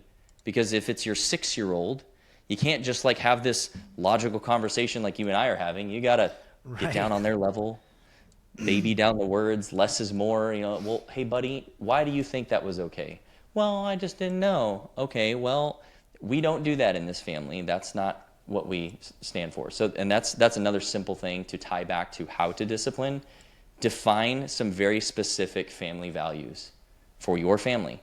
They only have to mean anything to your family. And you should publish them. You should post it on like a nice canvas, put it up in your home, and actually live by them. You live by them, and then you hold everyone else to them. Again, men are the standard bearers. So like if my daughter's acting out, and it's like really a teaching moment, we'll refer to the family values and be like, hey, honey, do Hayworths do that? No, we don't. Okay, well, that's all I'm going to say about it. Do I need to explain myself further? No, Dad, I get it. I was wrong. Okay. Go to your room now, and you need to cool out for 30 minutes. Go reflect on the family values. There's consequences, but I'm not like angry. I'm not yelling, and I used to, right? I used to be a little bit aggressive about things, like she was a soldier, and that was not good, right? I had to learn how to rein it in and course correct for her. So that would be my recommendation there. And that's not exactly like some huge tactical skill or whatever. If you're genuinely staying calm and you're thinking about what's the lesson they need to learn, as opposed to like, oh, they did the wrong thing, right? Where are we trying to get them back to? It's that longer term vision. That's really the secret, in my opinion, of how to actually discipline your children, because it's not the isolated incident, it's the principle we want to teach. So I'll give one more example. Hopefully this tactically makes it more sound for guys. My daughter had a string of things like 4 days in a row that she just kept forgetting. She forgot her water bottle for this. She forgot her helmet for her riding lesson. She forgot this for that. And so then I sat her and said, look, I'm a little frustrated with you because what you're showing me now is a pattern of forgetfulness. You're more concerned with whatever else you were doing instead of properly preparing for school or properly preparing for your lesson that we're paying a lot of money for you to go to, or this or that. You know, prepare your things, then go play until it's time to go, but make sure everything is ready to go. Pack all your stuff, get everything together. If you need help, ask for it. But you're getting older, you want more responsibility, you want to be treated like a big girl, then you need to act like it. If you need help, you just have to say something, but we're not going to come check on you anymore. It's time for you to start taking ownership of your stuff for your lessons. And so I had a little bit of a stern talking with her. Well, we haven't had any issues this week. But it wasn't like I was yelling at her and screaming, and you stupid girl, how could you forget this? I didn't say any of that kind of stuff. It was more of like, hey, we prepare. This is a family thing. We all prepare. And I use my personal example too. Before I go to work, I got to do this, this, or this. Before I go there, I got to do this. this is your responsibility. It's not my responsibility to do it for you. I will help you if you need it, but it's your responsibility. And so again, age appropriate, concrete, to the point, and there was a pattern developing, so I wanted to stop the pattern and course correct. Right. Of course. Yeah, it's very important to actually start to recognize those patterns, and of course it becomes a more complex equation when you compound the amount of kids, which is where I get that's for sure. Very yeah. I start to feel pretty dang impressed by some parents out there because, of course, having 3 kids, tough. I know somebody who has 7. Yeah. and every time I think of somebody having 7 kids, I want to bang my head against my desk. So the reality is, some people are just more, they're more equipped to handle it. For real, sure. Yeah, it gets amplified. But again, it's a lesson in that patience, it's a lesson in that compassion. And I think there are some pretty key elements that go out there that kind of are things that I think about anytime I think about being a good dad. Number one, teaching your children to appreciate things regardless of what the circumstances are. It's a very valuable thing in life, I think, all the way around. It's something that my mother actually did a very good job with. When we first started off, she came from, parents that did well. My grandfather retired as Chief Master Sergeant of the Air Force, but he had acquired a ton of skills along the way in the backfield, and it went directly in as a VP of a bank shortly afterward, once he had retired. So there was a lot of success in the family. My mother was 19 when I was born. She dropped out of college, dropped out of a Catholic college as a woman who got pregnant from a man who decided he did not want to take responsibility for a child. So very taboo at the time. And with that, she did implement that feeling right off the bat of having gratitude for everything. And it didn't take her long to catch up. She moved up the corporate ladder very, very quickly. But we, started off in an apartment, and things were kind of minimal for a little while, and then as her career progressed, everything started to grow a lot more, but it didn't change anything about the way that I was growing up. I kept that locked into my mentality, and I think that's a very important factor. Teaching your children to appreciate things, being open-minded about, what's on their minds, accepting that kids aren't going to be like ourselves is a huge thing. That's one of the hardest ones, I think, as a dad with sons. That's on you there, Chris, is realizing that your sons aren't going to be you. So, that's a huge one for me. I was big into the outdoors, very rowdy. My oldest son, he is huge into animation. He animates on his own and has been for years, since long before it was normal, and he's you very good at it. Them, not force them to be you. Exactly. That's hard. It is. It is. And of course, and again, that's the mentor pillar, right? It's kind of the mentor and lover. That's exactly right. You're understanding their perspective, their situation fully, and then kind of using your gifts to amplify that situation. So exactly, and that's a difficult thing, I think, particularly for fathers, but I try to look at it from the perspective of the contrast of who I am versus who raised me. Right.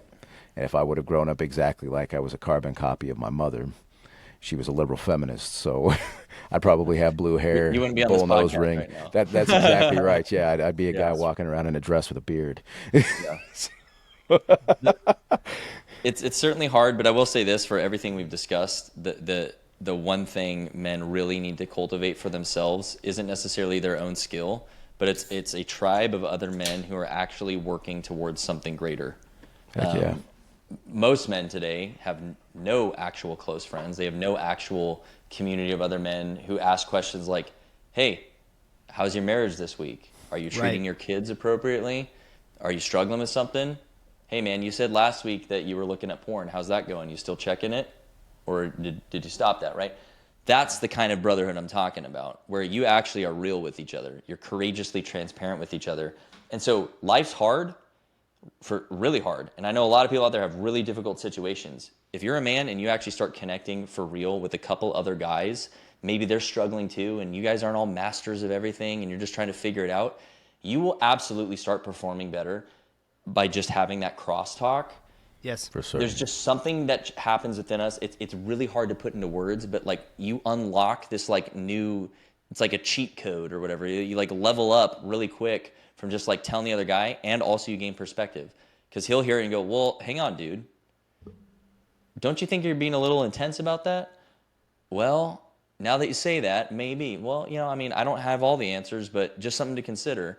Right. you're going to show up as a lot better guy when you get back home, right? For sure. That is a very powerful force in a man's life. And that all my flaws, all the things I struggled with and all the mistakes I was making was because I intentionally isolated away from all the people that I knew were going to hold me accountable and tell me what I needed to hear, not what I wanted to hear. And as soon as I started actually surrounding myself with men who were just trying to be better, maybe they weren't like the world's greatest dudes, but they were more focused on building actual legacy and improving as a husband and father or in business or whatever, I started to become more like them. My problems weren't so problematic anymore, and I started to grow a lot faster. So, like in my program and everything, that's what we force that heavily. Because if I taught you all the things for 12 weeks and it was a solo experience and then you leave, you will absolutely backslide. You will fall right back to where you were. Right. Brotherhood is that like solution, that antidote that prevents you from backsliding. You may have some setbacks, but you'll grow faster for one, but you'll also stay at a higher level by surrounding yourself with better people. Well, I think that's something that's tribally in our DNA as men as well, and that's something we're missing is that brotherhood is... You are designed for connection, right? So for sure. We have been led to believe that like, Chris, we get to know each other, and I'll call you, I'm like, I love you, man. I'm really glad you're in my life. People are like, that's so gay. That's the first reaction for men. Oh, they hugged, they must be gay, right? We're so terrified of male friendship. Like it's been co-opted and weaponized against us. You should absolutely have other men that you are comfortable saying, I love you, bro. I am so glad I have you as a friend in my life. You make me a better man. If that's weird for you to say, this is your wake-up call. This should stir something in you and be like, oh, crap. I need to change that. All my friends are that way now. I have so many guys in my life now that I can say that to and genuinely mean it, and they will say the same thing to me. It's a lot easier to handle the crap you have to deal with in life when you know you have that for you, like waiting for you, And it's not like I'm calling them every day and be like, I don't know what to do. But it's just knowing that I could helps a lot. And there are times when I do. I need to call them up. I'm like, bro, I'm struggling. I need you to help me out here. That is something that most men are missing. And I really, really, really encourage you to have the strength to go kind of seek that out for yourself. I couldn't agree with you more. And, to the people that would push back on that, it's like, oh, they're gay because they touched wieners. Like, well, first of all, bro, it's not gay when it's in the field. Everybody knows that. Second of all, right? No, but that must be a Green Beret thing. All jokes aside, don't act like you don't know, sir. Anyway, all jokes aside, though, if like to anybody that would push back on that, right? Like it's gay because you have that type of like brotherly love with another person. We're actually built for it in more ways than a lot of people even realize, because there's the trope of like, most guys, especially service members, will have that bro in your life. We were in this unit together, or we did that training exercise together, whatever. I haven't spoken to him for 6 years. Dude gets you on the phone because of whatever, and it's like not a day goes by. Right.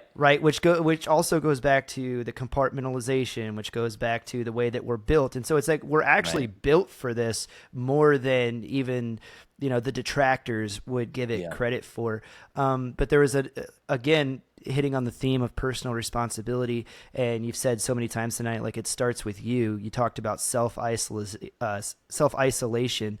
One of the things that my father taught me, and it's been one of the hardest things for me to learn in like under the humility canopy, is that, just because you don't like somebody, or even if they have, don't have your best interest at heart, if they tell you something that's true, that doesn't mean it's not true what they told you.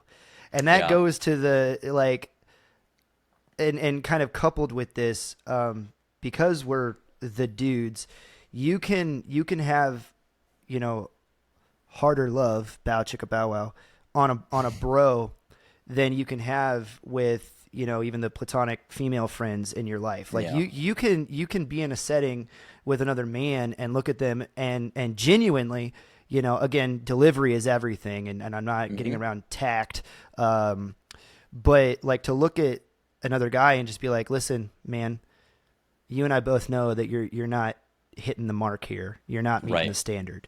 You need to, and if you have that proper relationship, right? And again, we're talking about maturity now, being able to inwardly process. I'm also hitting on the themes that you talked about earlier of feel a feeling, understand it, and then emotionally regulate yourself and respond accordingly. Like, you have to have all these things you need to work on yourself to be able to do. But I've been in many a conversation. In fact, I'll just call it out here. Not even last year, I was going through a period in my life where I let my alcohol consumption just get out of control, and it started to run me. And here on this podcast, like these guys are two of my best friends in the entire world, because they did that very thing to me. Yep. Where both of them were just like, hey, look, man. And it's that exact conversation. Hey, I care about you and I love you. And in fact, some of the exact words, I saved the text message that Brandon sent to me. He's like, you deserve better from yourself. Your family deserves better from yourself. Yep. And we deserve better from you. And I know that you can do it. I know that you can be at that level. So do it. And I was like, man, that hits like a freaking freight train. But I can't agree with you more, because of these experiences, that you absolutely need men like that in your life that are willing to come along beside you, because apes together strong. And if we all get up under the apparatus, like, we can move it together, for all the Green Beret tropes, right? But it's absolutely true.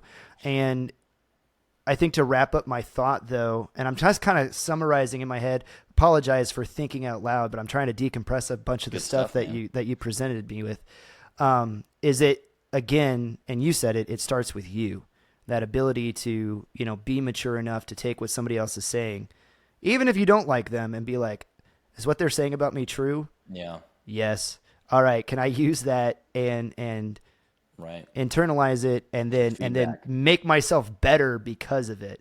And it's always easier when it comes from a person that loves you. If you have a tribe, and you absolutely need one. And I'll go ahead and put my plug in here. It's one of the reasons that we're doing a show on Monday nights now, which is just all about mental health with the boys. It's really for men. Ladies, you can listen in on it too if you want to know what we're talking about behind closed doors, right? Go ahead and do your intelligence gathering. It's fine. But it really is for the boys, by the boys, so that we can get together and discuss stuff exactly like this. So it's better when it comes, from a place of love. And you absolutely need these types of men in your life, because, the scripture even says, as iron sharpens iron, so one man sharpens another. Yep. And what I found is, even if you're not on that level, and you're not doing the thing like exactly what you said, because we all want to keep our secret, so we start self-isolating, and I'm not going to let the dudes know what's going on with me. Even if you're not ready to be on that level yet, just being in the presence of the dudes and picking up on, the homies that are doing well and that are crushing it in life, is going to put that spark and that drive back in you to just better yourself, just by proximity. Yeah. To get where that next guy is. Call it ego, call it jealousy, call it whatever you want, but even just that proximity will cause you to start bettering yourself. Oh, for sure. Like you said, you know what I mean? So I know that was like a long-winded wrap up of everything you said. At you and teach you all the time, right? Like, you can learn from observing a lot, because you'll like see the guy who's like a couple steps ahead of you, right? And you watch his behaviors and like, oh, I'm not doing that. Right. Maybe I should do that too. That's a really good idea. I'm just going to go start doing that. And then you're like, oh, dang, this is amazing. I should absolutely do that. So it's not like you have to just sit there and get a talking to all the time, right? There's a lot of positive inferences that can happen. But it's also very powerful, not just for the correction, like, hey, bro, you're in the wrong. Often, most men have such negative self-talk. They're just destroying themselves internally. That's why they're so, have no confidence, and they're afraid of everything or whatever. They doubt themselves. Well, people pick up on that, because 93% of communication between humans is not verbal. It's intangible, physical presence and everything. So your lack of confidence is absolutely speaking for you. Oftentimes, the brotherhood is so powerful because it's just like, hey, dude, you did that right. Do that again. Keep that up, man. Yeah. Really? I actually did? Yeah, man, you crushed it. That was like perfect. That's exactly how you should handle that situation. Oh, man, I was like really doubting myself. Well, you don't need to doubt yourself. Continue mission. Do it again. Sometimes when you get just the pat on the back or the nod, it like no homo. It gets you feeling like Rudy at the end of the movie, where it's like, dude, Yeah. you're up on the shoulders and everybody's, Well, you it's how know, you're but it designed. does. That's right. We're pack animals as men, Right. right? Like the lone wolf gets eaten. The lone wolf starves to death and dies. The wolf in the pack hunts effectively and it has lots of food to eat because it works together. We're the same as men. And this whole like Lone Ranger, I'm awesome, I'm going to go conquer the world by myself. There's no such thing as a self-made man. It doesn't exist. It's a myth. Every dude, like every guy I look up to is like these really successful entrepreneurs that there's a lot I have the privilege of knowing personally and like get to learn from them. They all have their own team of other like badass dudes who help them be better, like at marriage and fitness and all these functions, right? It's not an accident. Their success is just a product of a lot of hard work, but also being surrounded by all these better people that forced them to be better. And eventually, like early on, the pure accountability, like pressure, is what you need for motivation to change, right? You need that. It's like an alcoholic needs a sponsor. It's the same concept here. Early on, that's all your brotherhood is going to provide for you because you haven't been able to do it for yourself. As you build your own discipline and you build your own purpose and clarity on what your vision for your future looks like, then it becomes more of that like accelerator for you where they don't need to hold you as accountable anymore because you're doing it already. And they're more like pushing you forward faster and giving you tips and tricks and things like that. That's why male true brotherhood is so important because it keeps you safe in the short term when you're like just starting to change unhealthy behaviors. And then in the long term, it accelerates your growth. So For sure. isolation is absolutely the most dangerous thing to a man's health. That's where all the mental health problems come from, is No doubt. men aren't truly connecting with other men. So they have lots of friends that they can't tell the truth to. That is incredibly lonely. And Very you true. tear yourself up inside and you feel like I have a secret that I can't share. And that's the last thing I'll say is you need to find the resolve, the courage to be courageously transparent, because what you'll find is when you really lay it out there like, man, I got something really heavy I got to share with you. Like I've made these mistakes or whatever the thing is. Right. To a guy that actually like you respect and you believe will respect you back, I assure you, he'll be like, man, thank you for sharing that with me. Right. How can I help you? He will not look down on you for that thing, even if it's a really heavy thing, because what you're inherently saying, you're honoring him in this process because you're saying, you're the guy I trust enough to tell this heavy thing to, and you're the guy that I trust enough to actually help me with the outcome. There's no way that guy's going to feel bad about this situation. And that's another lie that I've seen play out a lot where like guys who come through my program finally realize that wow, I don't have to bottle it all up. I can actually share with the team here, and they respect me more for it now. I've yet to see it go the other way, ever. Right. And so guys, like this attitude of you don't need anyone and you can just hide it all from everyone, you are slowly killing yourself from the inside out. You're rotting away, and it's ruining every aspect of your life. And the second you can start putting down those weights and sharing it with other men like that, you will start to heal really fast. Whatever the pain is, whatever the problem is, that's really the only way to move forward. Everything else is a Band-Aid fix. That brings back a quote to my mind, and I can't remember where I got it from, but it was pain shared. Yeah, pain shared is pain divided, but joy shared is joy multiplied. As a very interesting thing. Like really good. I have one more like tangible question for you, something that, you know, it's like a tactical level. Let's say, you know, there's a dude out there that has a bro, and we all have one, right? Especially in the service or in the veteran community, it's a big thing, and you can see the spiraling happen. The outward signs are all there. How would you suggest going about the brotherly intervention? What, from your experience? I tell him the truth of love, and if he's not going to receive it, I don't help him. And that's just it, huh? He has to want it for himself.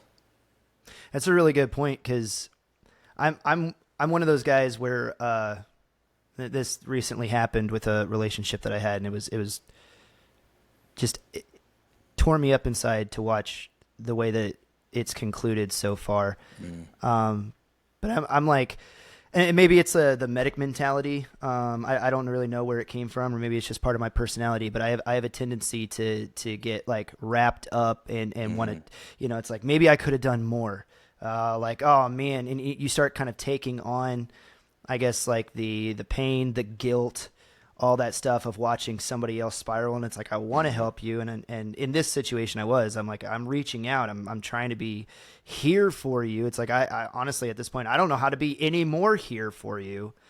And looking back on it, maybe the one thing that I should have done is just kind of like stopped and, like you said, like, hey, you're missing the standard, brother. Like, you need to get back here. And then when you get back here, like, we can have a talk, but yeah, that's rough. Well, so it's all about that for sure. So it's not condemnation, right? So I don't want people to mishear this. It's holding a boundary, right? And so I respect myself enough that I don't tolerate people doing whatever the behavior is in my circle, because it will negatively draw from me.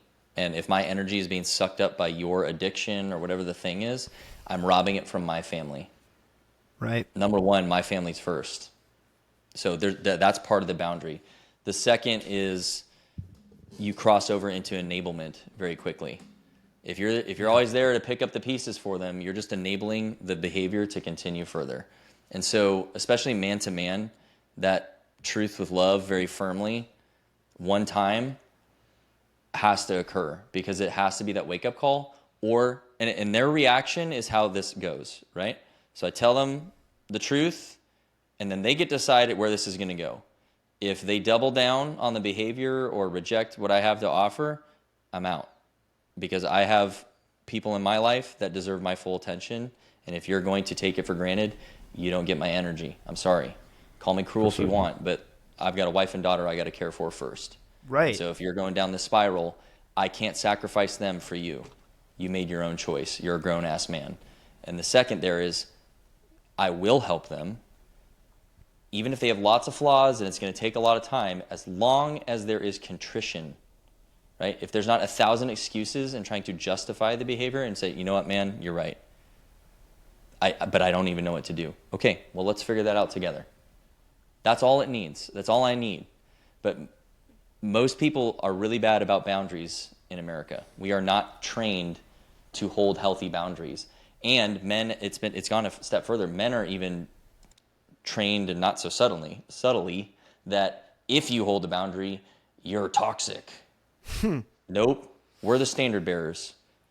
If a guy's tearing his life to pieces, especially if he's got a family, the most loving thing you can do for him is that wake-up call to be like, brother, I love you.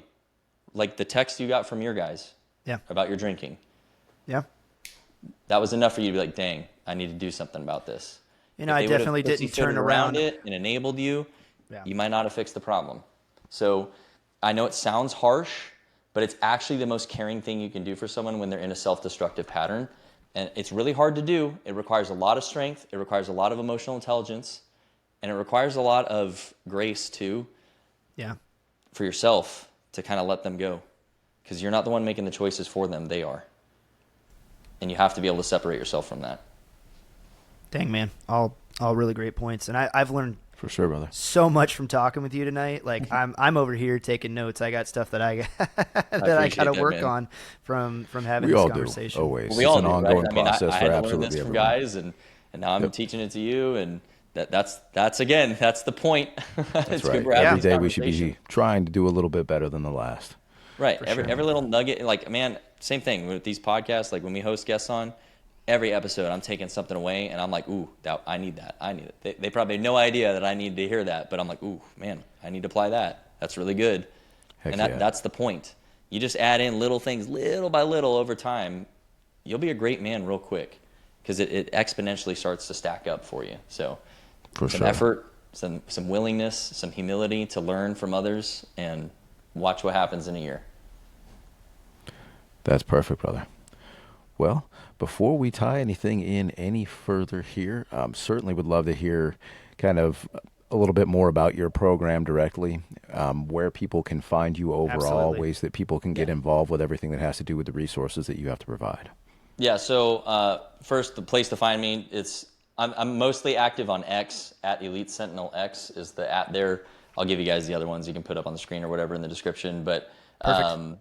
I am everywhere, but X is the one I'm most active on. And then the website is theelitesentinel.com. The program is specifically for men, only men. Sorry, ladies, I wouldn't be a good coach for you. So it's just men. It's a 12-week course, and you do it together. So we do it in groups of men, and depending on the size of the class, we'll split it into platoons, right? And I have a whole staff of coaches with me that I've trained. They've all gone through the system as well, so they understand everything that you're going to learn. And we're going to build you up from the inside out. We're going to teach you how to be a real, true man, like we've talked about on this episode, and then how to kind of take it and apply it through all areas of your life, right? So it's not just for married men. There's plenty of single guys through the program. There's lots of guys who are entrepreneurs, lots of guys who just work jobs. It doesn't really matter where you are. Like I said, as long as you're willing to learn and actually willing to do the work, you will crush it through the program, and you will radically transform your life in all the right ways. It's the guys who think that it's going to be this magic pill, and they're going to, just, give me the thing, and then I'll move on and move out. Nope, there's going to be some hard work. So if you're ready to actually step up, we are certainly the place for you. If I said something tonight on this episode that kind of, hit a little close to home, reach out to me. I'm happy to help. Maybe my program isn't the right fit. I'll try and connect you with the right people who would be. So my whole goal is just to build men up so that they can actually have a life full of purpose and meaning, and hopefully raise strong families so we can make a cultural impact and have a strong country. Absolutely. Yeah, I couldn't agree with you more. One of the things I talk about in this podcast pretty consistently is, in the vein of men needing to be leaders, like it starts like you've beat on tonight consistently with yourself, then it's with your family, then it's with your small community, and then it goes up and out from there. I think a lot of people, they want to like reach to the top, and it's like, oh, what's wrong with this country? And then they want to start giving these top-down prescriptions. And you said it earlier. Are you at your school board meeting? When's the last time you went to your kid's basketball game? Are you getting starts coffee at a with the guys grassroots from level. church or whatever? Like, right? Are you Yeah, connecting with exactly. the local men? Exactly. And it starts small, right? The whole journey of 1,000 steps, right, or 1,000 miles begins with one. But I obviously have heard you mention your faith, and I've brought up Christianity quite a bit. Is this something for Christian men? Is it a faith-based thing, or is it open to all faiths? It is open. We've had guys come through who are not Christian. I'm not going to try and turn you into a Christian if you come through. I'm going to teach you the truth, what I believe to be the truth. We're going to teach you the lessons through the program. I'm not going to shy away from the fact that I believe what I believe. So, if we do weekly calls together, everyone together. So like if a situation is arising, I will say things like, hey, I believe this, so that's why I'm going to coach this way. But you can disagree with me on that stuff and still gain a boatload of value from the program, right? So I've had several guys already come through who are, either atheist or kind of don't really believe in Christianity. They're kind of on the fence about it, whatever. And they've all had massive success coming through. So I'm not going to try and ram it down your throat. I'm here to make you better men first. And, your faith is kind of on you. We will tap into it a little bit. In one of the weeks, we talk about honing your spirit. But, that it's done in a way that I'm not going to try and convert you. If you have questions about that, I'm happy to have those conversations. But, good. We're all Americans here, and we need to come together first. And my faith is important to me, but I recognize it's not for everyone else. Sure. And so I think the best way that I can be of service to my fellow man and patriotic is to run it that way. And for the guys who do believe the same as me, obviously I connect them on that level and coach accordingly. So Fantastic. Hopefully that answers that's perfect, brother. Yeah, no, I'm a firm believer that the morals of the unfaithful can be built up very strongly off of the morals of the faithful. So you don't technically have to be in anything. And I actually have a podcast that I do outside of all of this that is just based on my own personal interest on spreading the word of God to others, regardless on whose ears it falls on, called Take Up Your Cross, that I do as well. And that's exactly what that's all about. And a lot of the listeners and a lot of the people who talk with us on Discord and everything else are people who are atheists, or they come from kind of different backgrounds, or even some that come from other countries that have some very interesting backgrounds. And they all find value in this, and that's what it really all comes down to. Finding the common ground. Yep. Most definitely. Well, I'll tell you what, George, it's been an awesome conversation. Like I said, I've learned so much. I'm definitely taking some nuggets away from this and things that is going to help me that I can apply to my life moving forward. And you definitely raised some really good points and some kernels of truth that I'm going to be chewing on for days after this. So I really appreciate you coming on. Thanks for talking to us. Thanks for telling us about the Elite Sentinel, and really excited to get this out to our audience, and hope you guys go and check out George over there at the Elite Sentinel. TJ, go ahead and take us out, bro. Most definitely. Thank you all so much for being here tonight.